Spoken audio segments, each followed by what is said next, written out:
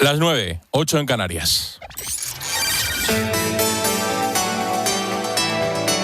Última hora en La Linterna. Expósito. COPE. Estar informado.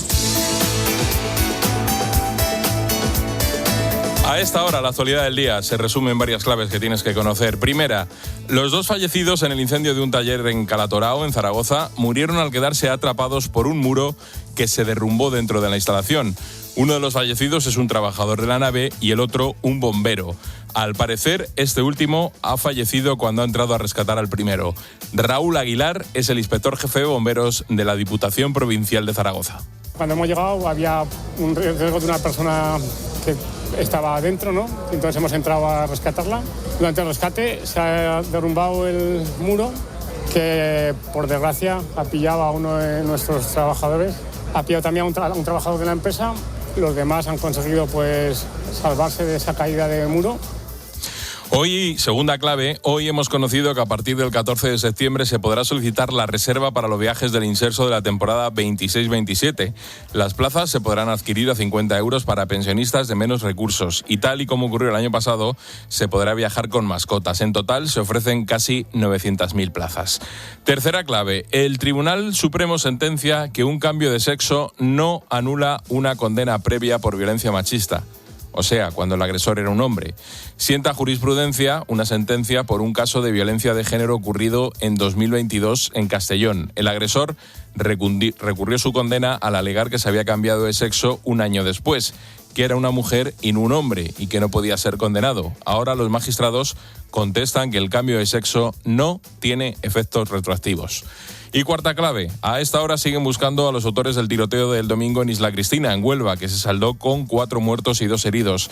Agentes de la Guardia Civil y la Policía Nacional también vigilan varios puntos de la capital onubense para evitar otros incidentes relacionados con este suceso. Manuel de Burgos. Han transcurrido 45 horas y no se sabe nada de los presuntos asesinos. La Guardia Civil apunta a un posible ajuste de cuentas y lo vincula con otros tiroteos en barrios de Huelva e Isla Cristina. El alcalde isleño, Genaro Horta, no descarta que pueda haber represalias. Nada nos dice que pueda volver a ocurrir en estos momentos. Aunque comparte que este ha sido un episodio puntual, un adjetivo que también repite la subdelegada del Gobierno en Huelva, María José Rico. Totalmente excepcional, fruto probablemente de una rendición de cuentas entre clanes. Para prevenir que las familias o los amigos de los fallecidos respondan, se han reforzado los equipos de la Guardia Civil y la Policía Nacional en los puntos calientes de estas muertes. Concretamente el barrio del Rocío, donde se produjeron los disparos, y por antecedentes en las barriadas de Pérez Cubillas y El Torrejón en Huelva capital. Por el momento, la causa sigue bajo secreto de sumario.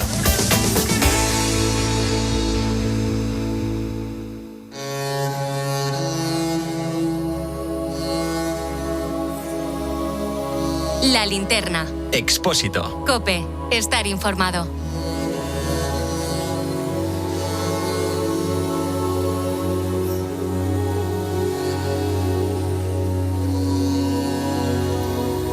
Hay aproximadamente 1.200 kilómetros en línea recta entre San José del Palmar, en Colombia, y la costa de La Guaira, en Venezuela. Una distancia parecida a la que separa Madrid de París. Hablamos de 2 lugares muy distintos, países diferentes, y de terremotos separados por varias semanas de diferencia. Sin embargo, a ambos lados, millones de personas han sentido exactamente lo mismo.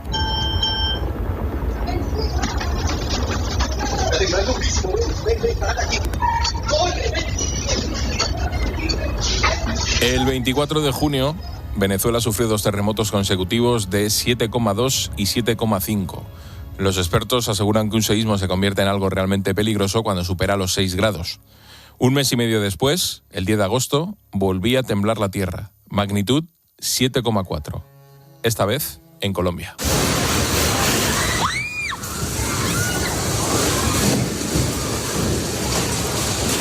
Dos catástrofes parecidas, pero con dimensiones diferentes. En Venezuela estamos hablando ya de más de 6.000 muertos, en Colombia 300. Y quizás esa sea una de las primeras cosas que tenemos que explicar esta noche. ¿Cómo puede ser que terremotos de una fuerza relativamente parecida provoquen consecuencias tan diferentes? Pues porque la magnitud no lo explica todo.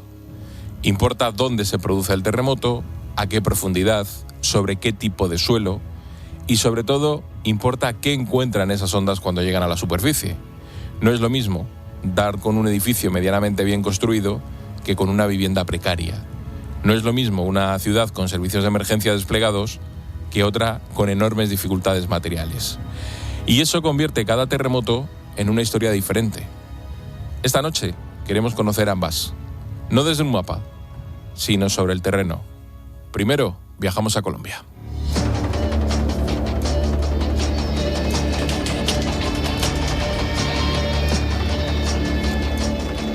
...10 de agosto, 3:27 hora local. El epicentro del seísmo se produce en el oeste del país, en San José del Palmar, en el departamento del Chocó. La sacudida es enorme, tanto que llega hasta Cali, Manizales o Pereira. En esta última está Germán, que nos atendía aquel día en directo en La Linterna. Pereira está en caos total, mucha ruina, la gente todavía con muchos nervios, muy desesperada, los edificios todavía tienen personas adentro. Las calles, como te digo, están colapsadas totalmente, la gente está muy nerviosa, hay mucha gente ayudando a liberar escombros para sacar personas. Hablamos del terremoto más potente registrado en Colombia en lo que llevamos de siglo. En cuestión de segundos comenzamos a recibir imágenes de edificios dañados, fachadas desprendidas, carreteras afectadas. En San José del Palmar, el epicentro, los desprendimientos llegaron a bloquear la única carretera de acceso al municipio.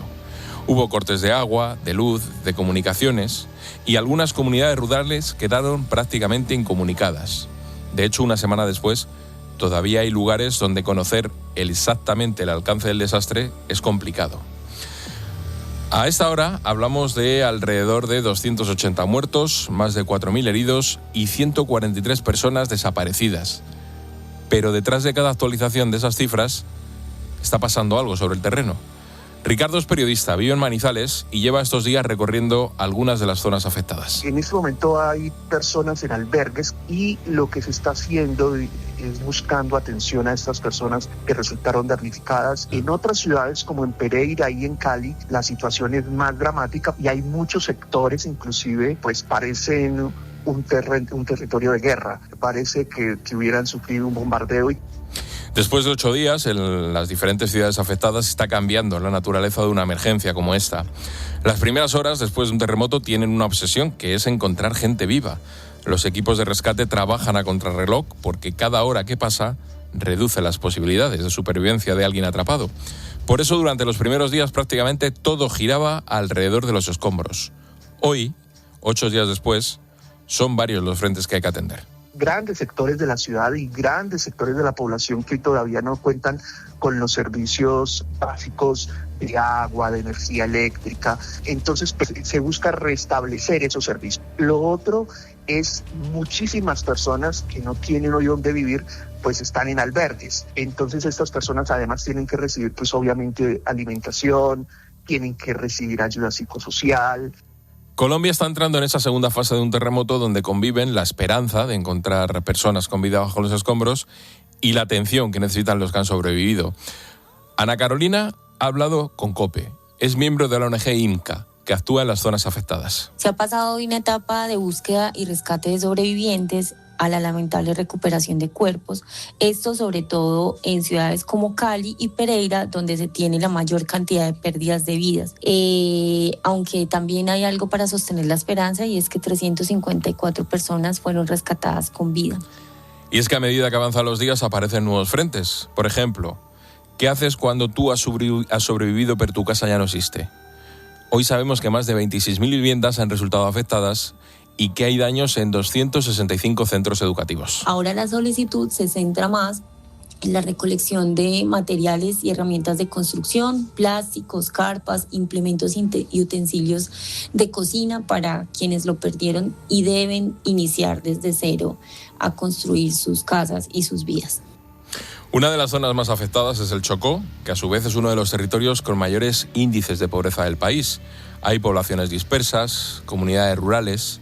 Cuando se habla de sus necesidades no solamente se habla de un techo, se habla de agua, se habla de alimentos, de medicina, de saneamientos. Pues hay tramos incomunicados, puentes afectados que complican el movimiento de los trabajadores, los insumos y de las mismas cosechas, sacarlas a los puntos de venta y distribución. A esto se suma también las afectaciones sobre la energía eléctrica, que muchas labores también se detienen por esto, como bombear agua, procesar, refrigerar. Y también ha llegado el momento de algo mucho menos visible, la atención psicológica, porque sobrevivir a un terremoto no significa necesariamente que el terremoto haya terminado. Hay personas que siguen durmiendo fuera de sus casas por miedo a las réplicas, niños que tienen miedo de volver a entrar en un edificio. Jimena Vidal Rojas es directora nacional del Servicio de Refugiados de la Compañía de Jesús. Ante desastres como el ocurrido en Colombia, es muy importante brindar primeros auxilios psicológicos, acompañamiento psicosocial y en determinados casos brindar también terapia clínica para llevar el duelo, reconocer las dificultades, pero también ver todas las posibilidades de seguir avanzando en un camino. Se trata un poco de lanzar las semillas que permitan volver a ver el futuro con ojos de esperanza.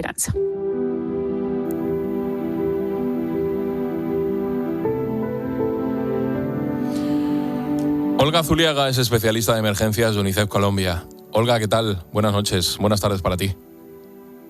Hola, buenas tardes, ¿cómo les va?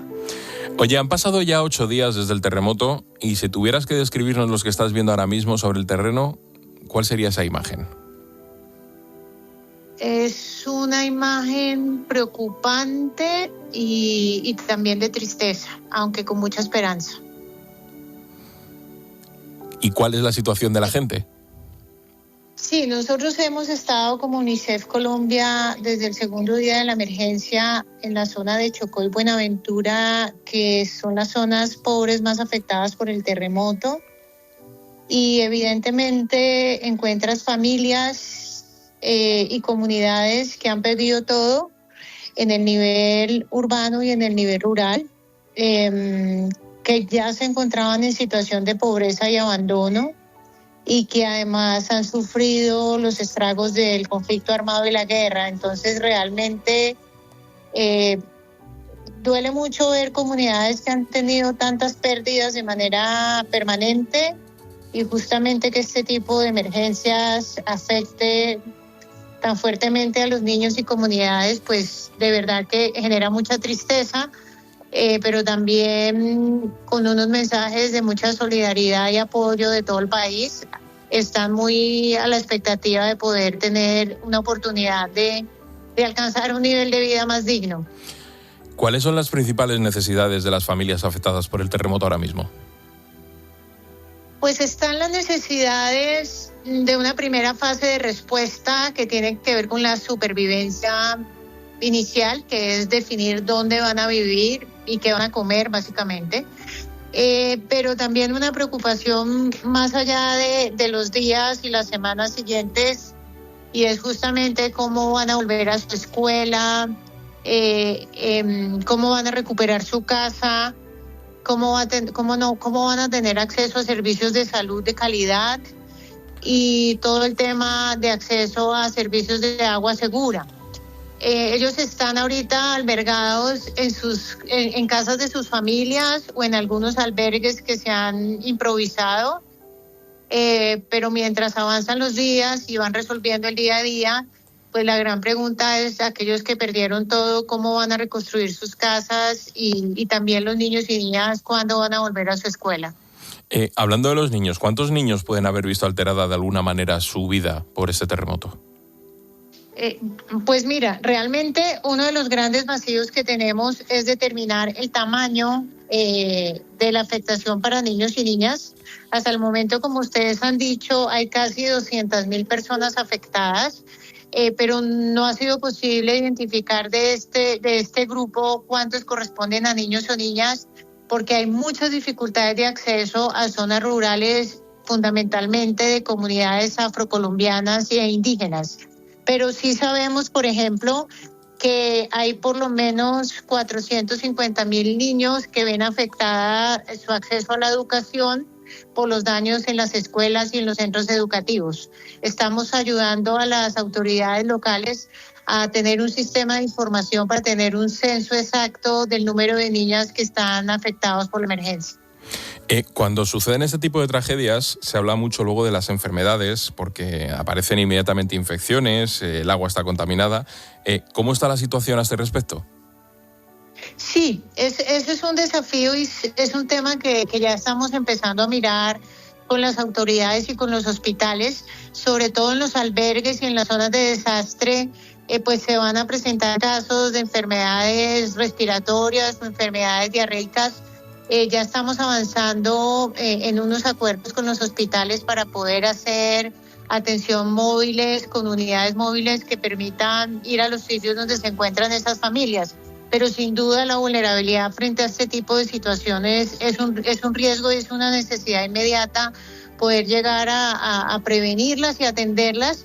Y otra línea en salud muy importante es poder llegar a acompañar a mujeres gestantes y lactantes y a menores de 5 años. ¿Hay miedo en los niños? Porque claro, después de una sacudida tan terrible, con muchos edificios que se han venido abajo, no sé cómo viven ellos ahora el día a día. Sí, hay mucho miedo y hay mucha incertidumbre. Está el miedo por el impacto de un terremoto de esa magnitud. Son niños pues que no han tenido esta experiencia, pero como les decía, son niños que viven en situación de pobreza y que seguramente pertenecen a comunidades que han tenido que desplazarse por situación de conflicto armado. Entonces son niños que tienen pues una carga emocional fuerte, que han sufrido pérdidas, desarraigos, y sumado a esto un trauma tan fuerte como un terremoto, pero además verlos a la salida de lo que quedó de sus casas esperando ayuda o cuidando sus mascotas realmente es muy triste. Y ellos mismos te piden y plantean que necesitan apoyo emocional, que quieren volver a jugar, que quieren volver a su escuela, que están tristes, que están preocupados, que quieren tener juegos para distraerse, para no pensar en lo que pasó, tienen miedo a dormir. Entonces realmente el tema de la salud mental es una prioridad para nosotros y aunque no sea un tema tan visible, es una de las necesidades más grandes para responder y proteger a los niños y niñas. Pues Olga Zuliaga, especialista de emergencias de UNICEF en Colombia, muchas gracias por atender la llamada de La Linterna. Muchas gracias a ustedes. Desde Colombia recorremos esos aproximadamente 1.200 kilómetros hacia el nordeste y llegamos a un país que lleva casi 2 meses intentando levantarse. Llegamos a Venezuela.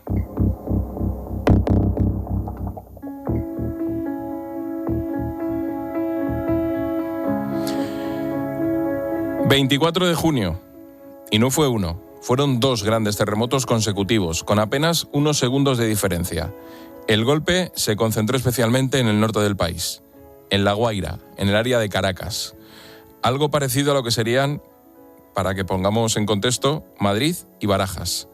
Constanza Cipriani fue testigo del desastre. Mi vehículo empezó a moverse como que iba en una lancha de forma horizontal y la barra del peaje no se levantaba y quedé como atrapada en el carril del peaje. El techo del peaje sonaba como que nos iba a caer encima. Mi hermana y yo nos bajamos del carro y corrimos y lo que pensábamos era que el sismo estaba siendo demasiado largo.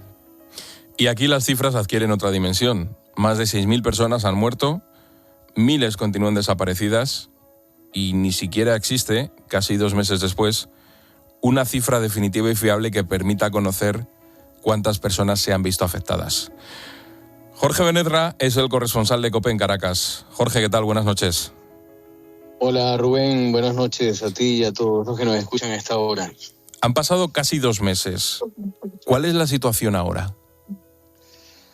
Bueno, la situación, y si empezamos por lo que es la cifra oficial que han dado las autoridades hasta el día de hoy, es que 6.438 personas murieron y casi 18.000 perdieron sus hogares. También apuntan que unas 6.472 han resultado rescatadas, pero nosotros, COPE, ha estado durante estos 2 meses en la zona cero de la tragedia, tratando de acompañar y de llevar de cerca todo lo que ha ocurrido en el estado de La Guaira, como has dicho, la zona de mayor afectación por estos dobletes seísmos que ese 24 de junio hicieron que el mundo sintiera la pena y el drama que ha vivido Venezuela.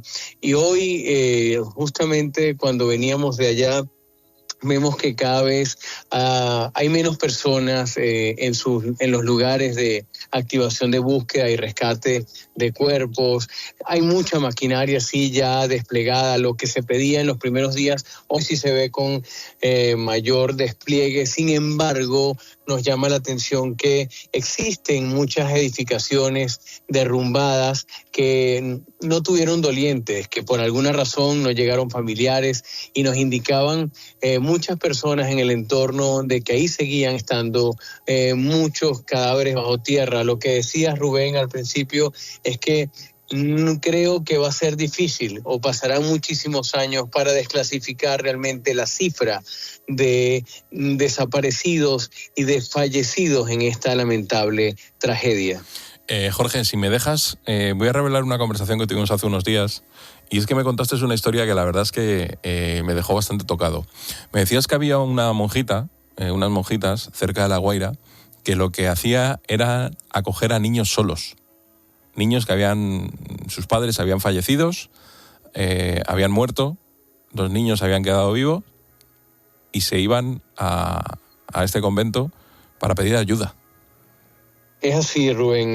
Bueno, como te lo comenté hace unos días, en el oeste de la capital caraqueña, vía hacia lo que se puede denominar la autopista hacia el estado de La Guaira, existe un pequeño albergue de religiosas que ha sido su trabajo siempre, digamos, acompañar a niños y ancianos en situación de calle, pero en este momento y sobre todo en las primeras semanas de estos hechos, ha resultado ese albergue un gran acompañamiento para muchos niños que no han podido encontrar a sus padres porque están desaparecidos o porque lamentablemente han fallecido, o también han prestado ayuda a mamás o papás que quedaron de alguna manera huérfanos también en este caso, y no tienen cómo con quién dejar a estos niños, de manera de que ese albergue sirve de cuidado diario para esas mamás o esas papás que han quedado en una situación muy difícil para poder trabajar y poder tratar de reconstruir su vida en este momento. Y la última, Jorge, 2 meses después, casi 2 meses después, ¿qué es lo que más preocupa ahora a los venezolanos? Bueno, creo que lo más preocupante en este momento es 2 cosas. Una es la reconstrucción, por supuesto, del estado de La Guaira, que quedó como zona de guerra, como zona de desastre. Quizás las imágenes no son lo suficientemente amplias para entender lo que allí, Rubén, ha ocurrido.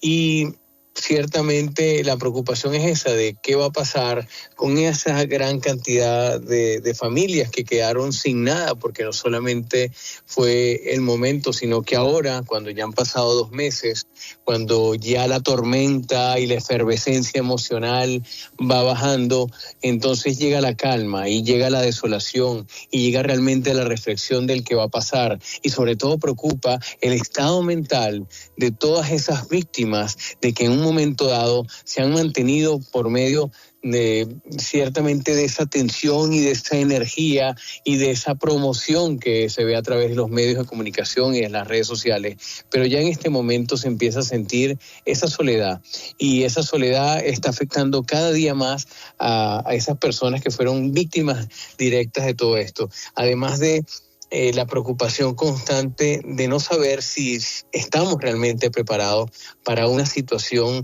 similar o peor a la que se ha vivido esta madrugada. Incluso un seísmo de magnitud de 4.0 sacudió también las cercanías de La Guaira y se sintió muy fuerte en Caracas. Hasta ahora, gracias a Dios, no ha habido víctimas sobre esto, ni tampoco pérdidas materiales, pero cada vez que la tierra tiembla, cada vez que la tierra se mueve, ciertamente mueve los cimientos emocionales de toda la sociedad venezolana.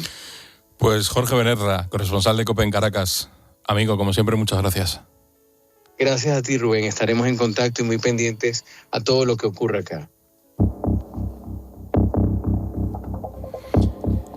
Cuando se produce un terremoto, enseguida vemos las mismas imágenes.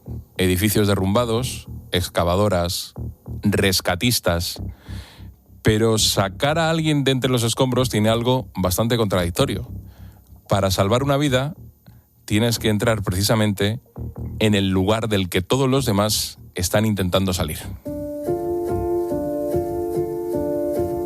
¿Vale? Agárralo bien ahí. Agarra aquí, compa, Dorte. Ahí, ya. Ahí bastante. Gabriela se hizo rescatista por casualidad.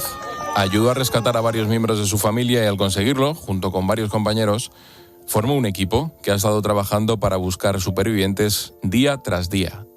En estos meses ha aprendido a mirar un montón de escombros de una manera completamente distinta.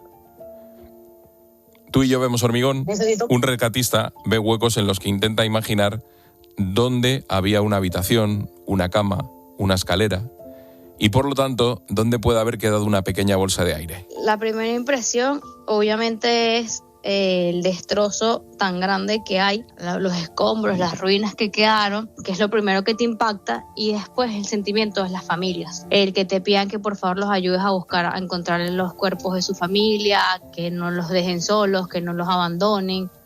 Hablamos de un trabajo que se hace en silencio. Todo el mundo está callado, esperando escuchar un golpe, una voz, un susurro. En definitiva, cualquier señal que indique que en determinado lugar hay alguien con vida. Se empieza buscando primero, delimitando el edificio para poder dar con el piso. Y ahí, empezar a buscar túneles, literalmente túneles como madrigueras de topo. Se pedían silencio para poder escuchar, así sea un grito o que tocaran las paredes, porque era como la manera de comunicación. Lamentablemente, a estas alturas, casi 2 meses después, Gabriela nos cuenta que hace mucho tiempo que no sale nadie con vida de entre los escombros. Dimos lamentablemente con el cuerpo de su hijo y a los días dimos con el cuerpo de su esposa. Al principio no lo quería aceptar, lo reconoció fue por unos zapatos que tenía puesto el niño. Obviamente me afectó y todavía me afecta el hecho de que ese niño tenía la edad de mi hija. Un rescatista trabaja permanentemente con 2 posibilidades: encontrar una vida o recuperar un cuerpo. Y las 2 cosas son importantes, porque salvar a alguien es evidente, pero claro, cuando ya no es posible hacerlo, recuperar un cuerpo significa que una familia puede dejar de buscar y puede empezar a despedirse. Su papá hoy en día se convirtió en un gran amigo. Sacarlo, y que el papá me abrazara y me diera las gracias, y todavía hasta el sol de hoy me agradece por haber hecho eso. Esa es la perspectiva de quien está fuera retirando los escombros. Pero claro, para completar la historia falta la otra mitad. A menudo hablamos de 2 rescatados, 5 personas encontradas con vida, pero cuesta imaginar qué significa realmente estar allí. ¿Me escuchan?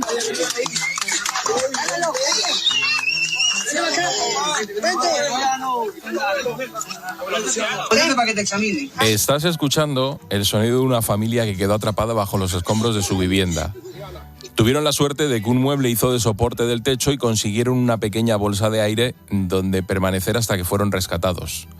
Durante esas horas, 27, 30, grabaron con sus propios teléfonos la agónica espera hasta salir al exterior. Primero salió Luciano, un pequeño de 3 añitos. Después su madre, Oriana, que se fundió en un abrazo con los rescatistas. Y finalmente el padre y marido, Jofran. Algo curioso de esta familia es que Luciano es español. Oriana está nacionalizada española y es hija y nieta de españoles. Y esa noche nos atiende en La Linterna. Oriana, buenas noches. Hola, buenas noches. Lo primero, ¿cómo estás? Bien, gracias a Dios. Ahorita bien, con mucha fe y muy agradecida con Dios.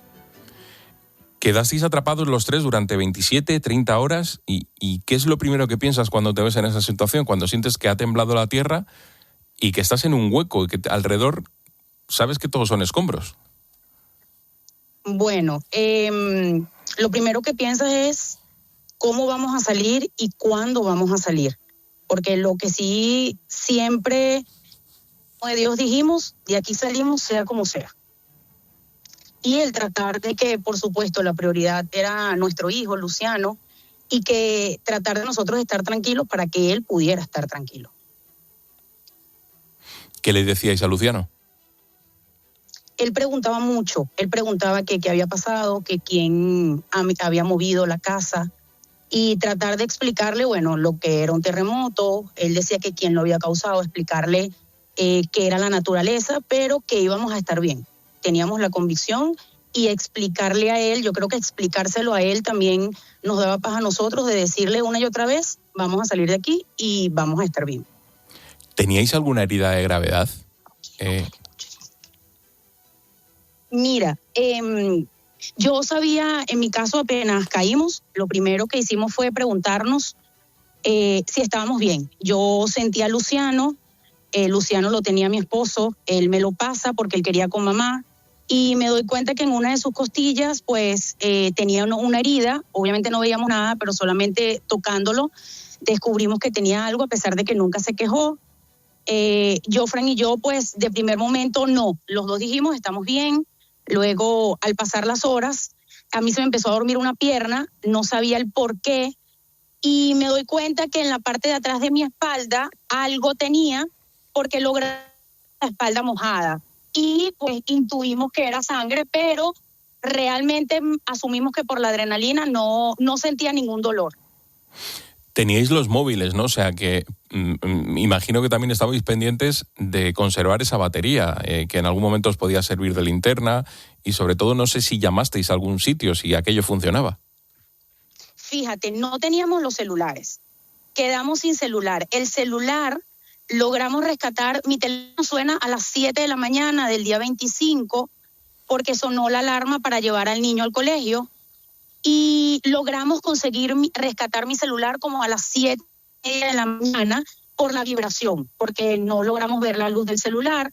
Yo empiezo a tocar y le digo a mi esposo, papi, está cerca de mí, está por aquí, y lo fui guiando, y logramos conseguir a las 7 de la mañana, y a las 7:30 de la mañana es que logramos prender la cámara, la linterna del celular, y es que podemos ver realmente cómo habíamos quedado y la magnitud de la situación, porque realmente al principio no sabíamos, sencillamente pues lo que tocábamos con las manos y con los pies, entendíamos que bueno, que todo estaba bajo escombros, pero realmente lo supimos a ciencia cierta, como a las 7:30 de la mañana, cuando logramos conseguir mi celular. ¿Y cómo rescatan? ¿Quién es quien nos localiza y cómo? Bueno, mi suegro, primeramente empieza mi suegro, él nos comenta que él como a las 10 de la noche logra llegar, a las 10 del mismo 24, él llega y empieza a llamarnos y nosotros no escuchamos, él dice que tampoco nos escuchó, pero cuando él ve la magnitud dice, wow, es que piso 1, nosotros vivíamos en piso 1 no existe, piso 1 estaba enterrado debajo de la tierra, y él dice que tenía mucha fe, él dice, bueno, yo lo voy a intentar, y se fue. Buscó otros familiares de nosotros, primos de mi esposo, conocidos, pues hicieron como un grupo y se fueron desde la mañana del día 25 ya con algunas herramientas que podían obtener, y en el momento empezó el rescate. Ellos logramos comunicación como a las 11, 12 del mediodía del día 25, es que los logramos escuchar y ellos logran verificar que nosotros estamos con vida porque nos escuchan. ¿Podíais hablar con ellos en ese momento? ¿Qué os decíais? Ellos empezaron, logramos escuchar primero unas voces muy lejos, pero empezamos a escuchar nuestros nombres. Empezaron a escuchábamos Oriana, Jofran, Luciano, y yo le decía a mi esposo, papi, vinieron por nosotros, debe ser nuestra familia. Y empezamos a gritarle, empezamos a decir que estábamos bien, que era lo primero. Ellos nos preguntaban, ¿cómo están? ¿Estamos bien? ¿Se puede mover? Sí, nos podemos mover, estamos bien. En algún momento nosotros empezamos como a darle ánimos a ellos, porque sí logramos escuchar muy lejos como que la situación estaba complicada, y ellos nos pedían que por favor hiciéramos sonido con algo, porque las voces se escuchaban muy bajitas.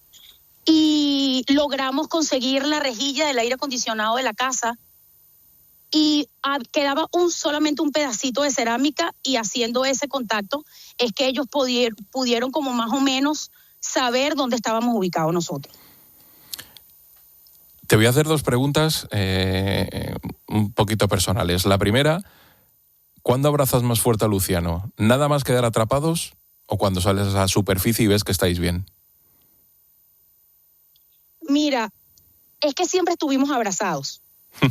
Honestamente siempre estuvimos, y nosotros somos católicos y somos creyentes, y de verdad que yo no sé si era la misma fe, no lo sé, y yo siempre le decía a mi esposo, de aquí vamos a salir, de aquí vamos a salir, de aquí vamos a salir, de aquí vamos a salir. Luciano en todo momento quiso estar montado sobre mamá, él decía quiero con mamá, por momentos nos teníamos que turnar porque por la posición en la que quedamos, el peso de él, a pesar de que bueno, es un niño pequeño, pues, nos hacía bastante peso, y era un ratico abrazado con papá, un ratico abrazado con mamá.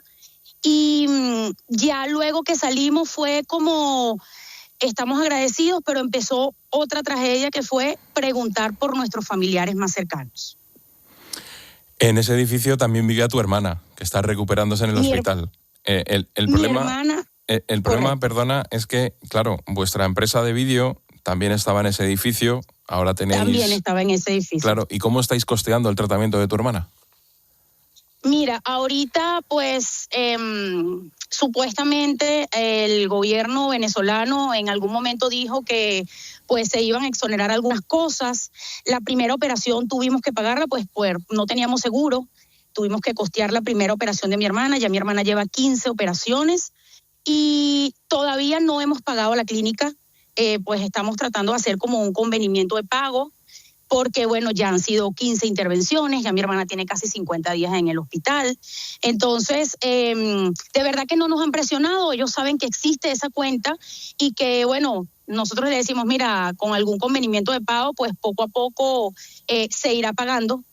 Pero bueno, ahí estamos tratando de buscar también ayuda para poder ayudarla a ella a costear pues esos gastos. Pues mira, a ver si tenéis suerte, alguien os escucha y os puede echar una mano y os puede echar un cable. Y la última pregunta que te voy a hacer. Bueno, sé que desgraciadamente perdisteis algunos familiares. Ahora, cuando vas a acostar a Luciano y le das un beso, ¿qué piensas en ese instante?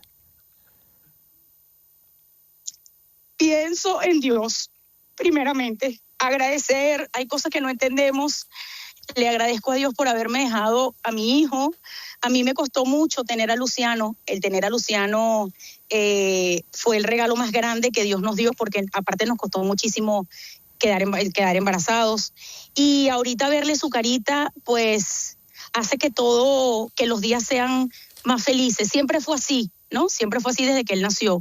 Pero ahorita vemos más cosas bellas, disfrutamos más la vida, disfrutamos ahorita cada minuto, cada segundo.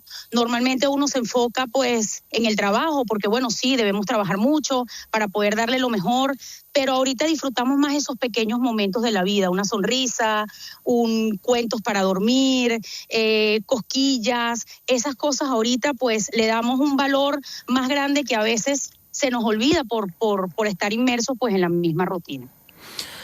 Pues Oriana, superviviente del terremoto de La Guaira, 27 horas atrapada junto con su marido y con su hijo, con su hermana en el hospital, después de 15 operaciones, a ver si hay suerte y alguien nos puede ayudar. Muchísimas gracias por atender la llamada de La Linterna y muchas gracias por compartir ese testimonio con nosotros. Muchísimas gracias a ustedes, de verdad, y les mando un fuerte abrazo. Es la primera vez que hablo esto, porque para mí es muy difícil, pero agradecida con ustedes, y bueno, esperamos que si alguien tiene la posibilidad de ayudarnos, pues aquí estamos dispuestos a recibir la ayuda. Muchísimas gracias. Dale un beso a Luciano, Oriana. Con muchísimo gusto, claro que sí.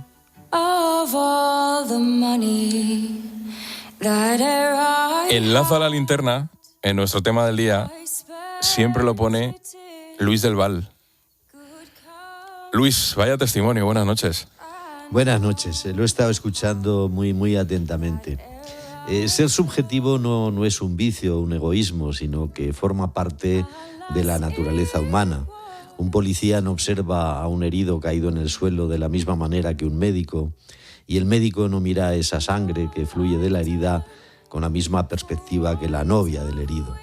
No intento una justificación, o puede que sí, pero tras las noticias de los terremotos, mi atención es mucho más intensa en las tareas de rescate y me llenan de asombro esas vidas que son recuperadas de entre los escombros pasadas más de 24 y a veces 36 horas. No padezco de claustrofobia intensa, pero me inquieta entrar a un ascensor sin el teléfono móvil. No soy un paciente claro para un psiquiatra, pero cuando me siento en esos teatros angostos de Madrid e imagino, en caso de incendio, cómo podríamos salir mi mujer y yo de la jaula en la que nos han colocado, me cuesta concentrarme en la representación durante los primeros minutos. Cuando aparece un bebé vivo tras casi 2 días enterrado entre los escombros de un terremoto, o un adulto, siento una mezcla de terror y de admiración. De terror porque creo que la desesperación y la angustia habrían terminado conmigo antes del rescate, y de admiración sobre esa férrea voluntad de supervivencia cuando el destino te ha enterrado ya entre cascotes, donde nadie te escucha si te quedan fuerzas para gritar y donde a nadie oyes, en esa sepultura improvisada que apenas te permite respirar. Leí de joven relatos y novelas de terror, y también me he tropezado con reportajes periodísticos deslumbrantes, donde un forense concluía que los arañazos sobre la cara del ocupante del ataúd demostraban que a esa persona la habían enterrado con vida. Nunca me obsesionó la pobreza, ni la guerra, ni la certeza de que la muerte es el final del camino, pero siempre me inquietó que esas vísperas del último tramo transcurrieran en la soledad agobiante y abrumadora de estar enterrado con tu vida que se acaba, con un sudario compuesto de ruinas por los que apenas llega algo de aire para poder prorrogar la angustia y una esperanza casi imposible.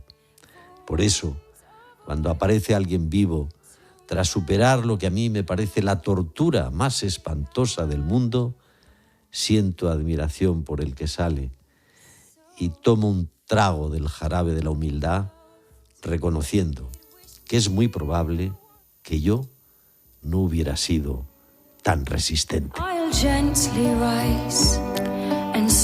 Gracias, Luis. A ti, hasta mañana. Un abrazo. Good night and joy be with you all. Good night and joy be with you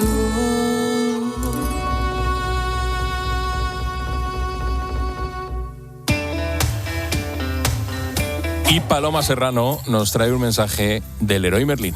¿Quieres saber qué hacer este mes? Disfrutar de una buena barbacoa con amigos, relajarte en la piscina y darle una vuelta a casa con las ofertas del Leroy Merlin. Porque es tiempo de hacer hogar. Ahora tienes un 20% de descuento para pintar, renovar tu cocina, tus muebles de jardín. Aprovecha las ofertas hasta el 24 de agosto. ¿Tienes algo que decir? Busca La Linterna COPE en Instagram, TikTok y en nuestro Facebook La Linterna. O mándanos un mensaje de voz por WhatsApp al 600 54 45 55. ¿Has perdido pelo y pospones la decisión? Confía en Insparia gracias a su exclusivo trasplante con tecnología BotHair Ultra Plus. Permite extraer más unidades foliculares y la recuperación es más rápida. Resultados muy naturales y duraderos con todas las garantías médicas. Recupera tu pelo en Insparia. Escuchas La Linterna. Y recuerda, la mejor experiencia y el mejor sonido solo los encuentras en cope.es y en la aplicación móvil. Descárgatela.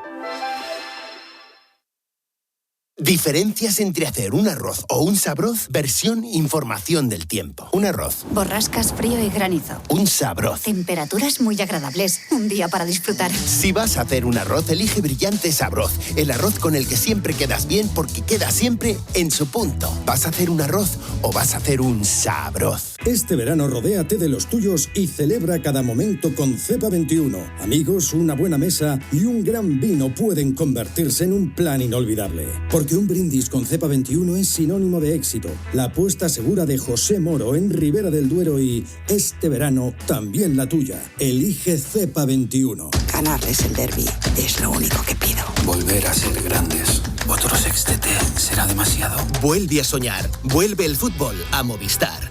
Vive todos los partidos y competiciones como si estuvieras en el estadio. Además, con resúmenes y contenidos extra.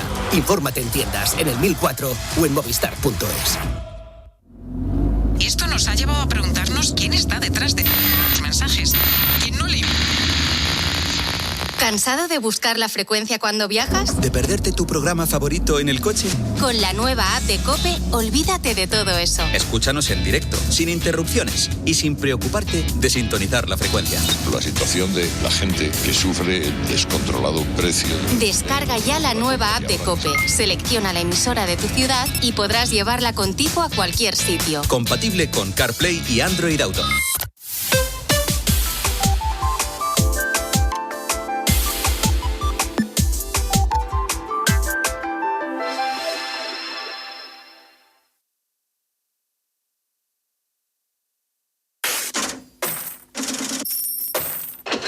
Expósito. La linterna. COPE. Estar informado.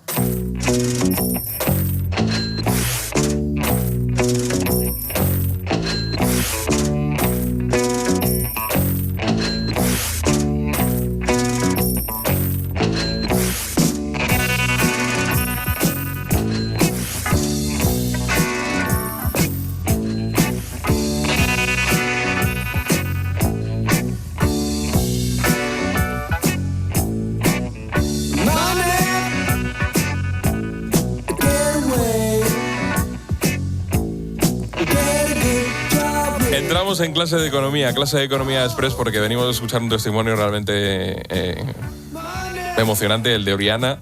Estuvo 30 horas bajo los escombros en el terremoto de La Guaira con su hijo de 3 años y con su marido, y afortunadamente los rescatistas pudieron sacarles a los 3 con vida. Pero claro, hay que hablar del dinero. ¿Y por dónde empezamos? Pues por la deuda pública, que volvió a escalar hasta un nuevo máximo histórico. Subió en junio un 4,2% con respecto al mismo mes de 2025. Se sitúa ya en los 1,76, paro, porque estaba comprobando, billones de euros. Está bien escrito, sí, billones, con B. Buenas noches, Iván. ¿Qué tal? Buenas noches, Rubén. Un clásico de cada mes esta noticia. Nos piden que reduzcamos, pero esto no para de subir. Pues no para de subir esa deuda pública de nuestro país, que registró un avance mensual de casi el 2%, y esos son ya 74.000 millones de euros más que hace un año, justo por estas fechas. Cada vez debemos más, y el que más dinero adeuda además es el propio Estado. De esa cifra de 1,76 billones totales de la que hablabas, hasta 1,60 billones pertenecen al Estado, al gobierno central. De hecho, la deuda de las comunidades autónomas apenas supone 355.000 millones y la de los ayuntamientos 21.000 por ahora. Y a pesar de que nos siguen pidiendo que vayamos reduciendo la deuda, sobre todo desde Europa, no hay freno al agujero de las finanzas públicas españolas y se sigue gastando hasta marcar, como tú decías, este nuevo récord histórico. En los últimos 10 años la deuda ha pasado de 1,10 billones de euros a esos 1,76, o sea, 650.000 millones de euros más. Y con todo eso, es verdad incluso que la deuda pública se ha moderado un poco si la miramos en términos de PIB, hasta el 101,5%. Vamos a hablar de un clásico, un amigo que nos acompaña desde hace mucho tiempo, el megavatio hora. La factura de la luz sigue disparada este verano y el megavatio hora, pues aquí está con nosotros. Mañana se va a pagar a más de 127 euros de media. Y es que por primera vez en los últimos 4 años, la factura de agosto se va a ir por encima de los 100 euros y con suerte. El recibo último hemos pagado alrededor de 105 euros, o sea, más de un 100% de lo que se pagaba anteriormente. Me ha llegado a costar casi 100 euros la factura de la luz. Y ojo, porque los próximos meses no pintan mucho mejor. ¿por qué este incremento imparable del precio de la tarifa? Victoria Ballesteros, buenas noches. Buenas noches. Agosto va camino de dejar la factura de la luz más cara de los últimos 4 años. Un hogar con tarifa regulada podría pagar de media unos 101 euros, alrededor de un 18% más que hace un año. Detrás de la subida están el calor, que dispara el uso del aire acondicionado, y el encarecimiento del gas, condicionado por lo que ocurre en el estrecho de Hormuz. Pero el verdadero examen llegará cuando empiece el frío. Europa tiene que llenar sus reservas de gas antes del invierno. Lo ideal sería llegar a ese punto del año con el 90%, y estamos muy por debajo de esa cifra. Antonio Aceituno, experto de Tempos Energía. Si el estrecho de Hormuz permanece cerrado y Estados Unidos permanece enfrascado con Irán, no hay opciones de que el mercado baje. Europa necesita el gas más que nunca, porque las reservas están al 60%. Cuando Europa se enfrente al invierno, a Europa le va a pillar con el pie cambiado. Las subidas en la factura afectan a los cerca de 8,5 millones de hogares con tarifa regulada. Quienes tienen una tarifa fija seguirán pagando la luz al mismo precio hasta que llegue la renovación del contrato. Lo que también se dispara, Iván, es el déficit comercial de nuestro país, más de un 30% en el primer semestre del año. La diferencia entre importaciones y exportaciones es ya de casi 33.000 millones de euros. Compramos mucho más de lo que vendemos fuera. Sí, y además esa cifra se acerca a máximos marcados a principios de este siglo XXI. De hecho, desde 2008 no se registraban estos datos tan altos. Es verdad, sin contar el año 2022, el de la recuperación de la pandemia. Este resultado es consecuencia del aumento del 2% de las exportaciones, que han alcanzado los 200.000 millones de euros entre enero y junio, que es la segunda mayor cifra registrada para este periodo, pero también han repuntado, aunque mucho menos, las importaciones. Ahí están esos más de 30.000 millones de euros de déficit que se están acentuando por esa crisis arancelaria que Trump llevó a cabo y que ha hecho que países como el nuestro pues tengan que comprarle mucho más al país norteamericano. Y a pesar de esto, le vendemos a América del Norte algo más de un 1% de lo que le vendíamos hace un año. También influye el problema de la guerra de Irán, porque si hablamos de las importaciones, de lo que compramos, las energéticas, la energía, se incrementó en un 13%, coincidiendo con ese conflicto, con el bloqueo sobre todo del estrecho de Hormuz, por donde ya sabemos circulan gran parte de los petroleros, de los gasistas, de los barcos. Por eso el déficit energético pues aumentó hasta los 17.000 millones de euros. Lo teníamos en 16.000 millones de euros en el mismo periodo del año pasado, pues 1.000 millones más en gas y carburantes que compramos.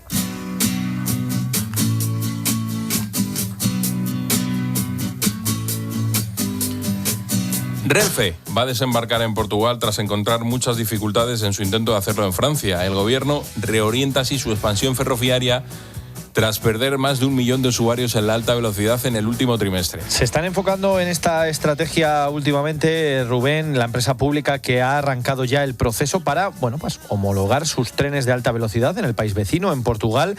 El objetivo es el de operar allí en un futuro. Lo ha confirmado el propio ministro de Transportes, Óscar Puente, hoy mismo, que ha admitido que la misma apuesta que se hizo en Francia no ha terminado por ahora de salirle bien a la operadora. Por el lado negativo tenemos la experiencia francesa que pues nos está costando un triunfo entrar allí y pues como digamos hay que analizar la realidad y no tampoco empecinarse en cosas que parecen difíciles, pues estamos cambiando nuestras ideas, enfocándolas por ejemplo más hacia Portugal en este momento, que está en vísperas de desarrollar una red ferroviaria de alta velocidad y probablemente es un territorio en el que vamos a trabajar mucho más cómodos y vamos a tener una entrada más sencilla. Es un cambio, como decías, de enfoque en ese plan de internacionalización de Renfe, según un Puente que asegura que su objetivo, a pesar de esa mala experiencia en Francia, es seguir expandiéndose por allí. Incluso pretenden llegar a la capital, a París. El ministro de Transportes también ha reiterado el compromiso del gobierno de tener listas esas conexiones transfronterizas, tanto con Francia como con Portugal, fíjate, para el año 2030, cuando se supone que tendremos el Mundial de Fútbol. De hecho, esa es una de las consecuencias de lo que quería el gobierno para ese año. Aunque esto pues puede ser un brindis al sol, porque se espera que ambos países desarrollen también la infraestructura necesaria dentro de sus fronteras. Lo tienen que hacer, si no, no valdrá para nada. Le tengo que preguntar a Joseba, porque esto de la conexión con Portugal para el Mundial de 2030 está bien. Claro, era importante y por eso estaba previsto para ese año. Creo que una semifinal es en Lisboa, ¿no? Creo que sí, ¿no? Y la otra en España, se supone. ¿Y la final? ¿Ah?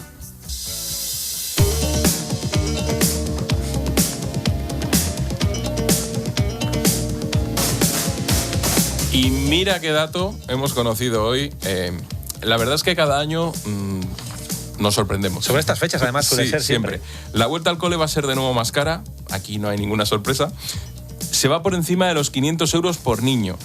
Por ejemplo, las familias van a pagar más por los libros de texto, por el comedor o por los aparatos electrónicos. Claro, ya que quedan entre, 3-4 semanas, ¿no? Más o menos para el 8 de septiembre vi el otro día. Por eso, sí, 3 semanitas para que los alumnos vuelvan ya a las aulas. Bueno, pues las familias se están preparando, sobre todo el bolsillo, porque este año, tú lo decías, el coste medio de lo que llamamos los imprescindibles para ese retorno escolar, pues se va a incrementar ya más de un 1,5% con respecto al año anterior. Y además son los datos que ha aportado hoy el Instituto Nacional de Estadística. Entre los componentes, vamos a llamarlo así, de esa partida escolar destaca de manera especial, pues eso, la subida del precio de, fíjate, ordenadores, portátiles, tabletas, cada vez se utilizan más, y las familias que tengan que renovar o que le toque justo este año estos dispositivos, pues van a ver un incremento, un encarecimiento de casi el 7% de forma anual, o sea, cuestan un 7% más que el año pasado. También las tasas, matrículas de colegios, institutos repuntan, lo hace además en todos los niveles educativos, aunque en la primaria, como en los años anteriores, es donde más se nota la subida.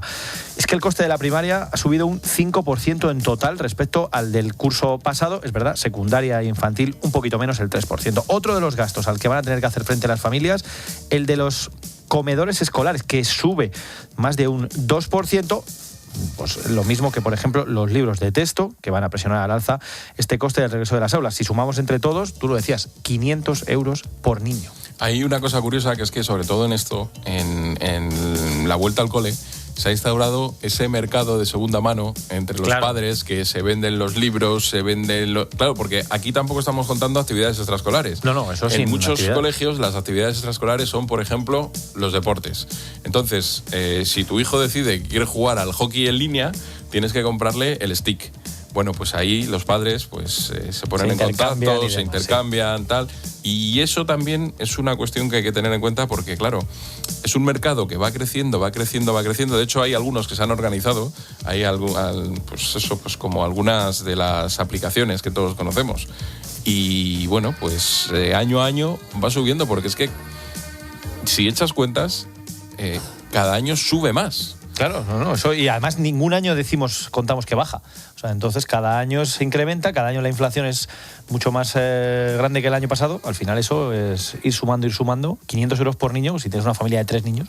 Y luego es lo que tú has dicho, estás hablando de libros, estamos hablando de material escolar, estamos hablando de las tablets, que ya... Eso ya es imprescindible. Ya muchos llevan tablet. Muchos colegios, institutos, sí. Claro, pero luego, comedor, actividades extraescolares... ropa, todo, el uniforme, y las tasas los zapatos, y todo, sí, es que todo se incrementa. En fin, Iván Alonso, muchas gracias. Venga, hasta mañana. ¿Hacer cuentas? Sí, a la calculadora. Ya se pone ahí a hacer cuentas y ya hasta mañana. Ya hasta mañana.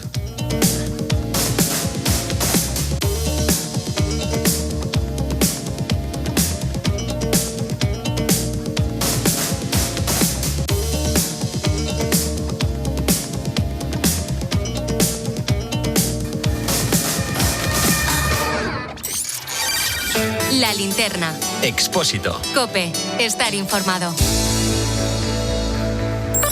Pase lo que pase este verano, te lo contamos aquí. ¿Y hoy en qué consiste la actualidad? En varias fotografías. Tratando de contarte lo que pasa, de explicarte por qué pasa. De lunes a viernes desde las 6, sigue conectado Herrera en COPE. La pregunta es interesante, ¿eh? Venga, va. Bueno, interesante, y yo creo que de respuesta sencilla. Y el 31 de agosto te esperamos en una nueva temporada juntos con Carlos Herrera, Jorge Bustos y Alberto Herrera. Deja siempre espacio para otra motera. Cuando eres motera, hay muchas leyes no escritas. Pero cuando eres mutuera, hay una ley que sí está escrita. Y es la siguiente. Vente a la Mutua con tu seguro de moto y te bajamos su precio, sea cual sea. Llama al 91 555 5555. Hazte mutuera. Condiciones en Mutua.es. La radio está cambiando y tú puedes formar parte de ello. Aprende con los mejores comunicadores, con Carlos Herrera, Ángel Expósito, Jorge Bustos. Hay una última hora que proviene de Estados Unidos. En el máster universitario en Radio COPE de la Universidad CEU San Pablo y Fundación COPE. Con 2 años de formación y prácticas remuneradas durante el segundo año. Máster universitario en Radio COPE. Infórmate en fundacioncope.com y en el 91 828 3930. Escuchas La Linterna. Y recuerda, la mejor experiencia y el mejor sonido solo los encuentras en cope.es y en la aplicación móvil. Descárgatela. ¿Sabías que los esquimales distinguen 30 blancos diferentes? Pues en Lidl sabemos distinguir entre un blanco de 18 céntimos el lavado y otro de 36 céntimos. Saber elegir es llevarte el detergente Formil por solo 6,69. No aplicable en Canarias. Lidl, vale la pena. Este verano está dejando grandes historias. Mira, Alberto, una cosita que te quería comentar. Dime, Silvia. Con respecto a lo que te lavan los dientes en la ducha, Sí. yo esto lo hacía antes y casi me muero un día. Y lo primero que he hecho al llegar a este pequeño pueblo es venir a conocer a esta mujer que tengo ahora mismo a mi lado. Tiene 100 años. Qué pasada tener aquí a Cucurella. ¿Qué tal, Marc? Muy buenas. Hola, buenas. No te lo pierdas. Sigue conectado a COPE.